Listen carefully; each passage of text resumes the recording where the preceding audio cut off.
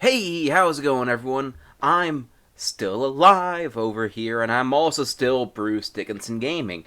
However, that is not what I'm telling people right now, because I am just ever so slightly on the lam. Okay, so context. I suppose it was a long time coming, but I finally got the trifecta. Fired from my job as creative director at the Vatican, banished from the Vatican City, and excommunicated from the Catholic Church, all in the same day. I've never been rejected professionally, nationally, and religiously in the same day before. And I guess it was also in a more sensual manner, too, because the one resident nun is one of the vast minority of women, about 43%, who are able to resist my masculine wiles.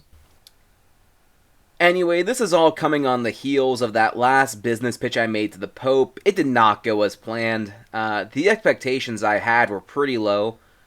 But dear Protestant God, the people in that room heard that I wanted to make a church-branded meth vape, and didn't even let me finish the thought, or pitch any other items.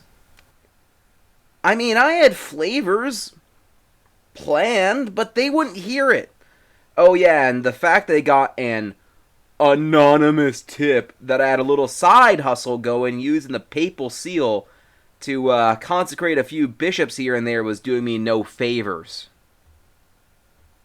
Father Crilly definitely had it out for me since day one, unfortunately, but the joke's on him.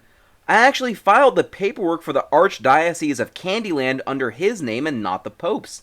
And I even attached supplementary blood, stool, hair, and semen samples in triplicate to authenticate his identity. It was probably not a great night for him. You know, normally I would just use someone's fingerprints, but unfortunately, Father Crilly lost both his hands in a tragic jet ski accident the day I arrived. Anyway, fast forward a bit, and I have fled to the Italian countryside, where I once had a summer job as an incredibly low-end gigolo because I did not know how exchange rates worked. I am definitely not sweating my balls off out in the cockfighting district of San Juan, Puerto Rico, selling mixtapes, knockoff soccer jerseys, and wait a minute, why did I just say that? Why did I just say the truth? I'll just cut this part out.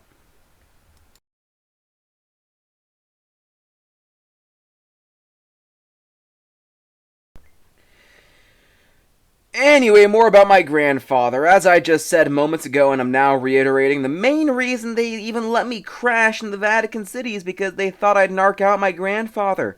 But Papa Dick didn't raise no snitches, so all I gave them were dead ends and location of a few doomsday cults that had kicked me out over the years because they didn't know how to hang. Back on topic, though, while I didn't know exactly where my grandpa was after he teleported, I definitely knew where he'd be headed at the very most a week after hiding, because the temptation to go back is just so irresistible to him. Thailand, more specifically Bangkok. Wizards flock to it for one reason and one reason only. Well, I guess actually there are other reasons, but the main reason is the gemstone trade, particularly how cheap they go for at the night markets there because they're all stolen and or conflict stones.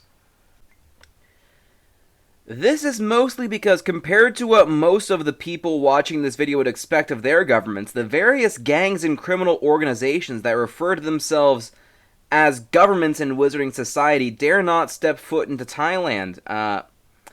They can attempt to operate most anywhere else except Thailand because the wizards that have made their homes in Thailand are so disgruntled, jaded, and, for lack of a better term, so quintessentially libertarian that they will kill anyone attempting to enforce a law, levy a tax, or even seek donations for a public works project on site.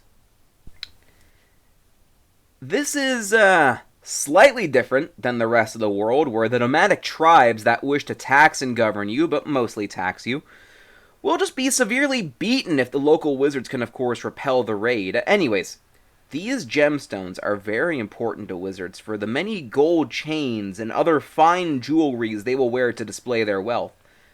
For you see, more than anything else, wealth, and more importantly, the display, or flexing, if you will, of it on others, is the most essential part of wizard culture.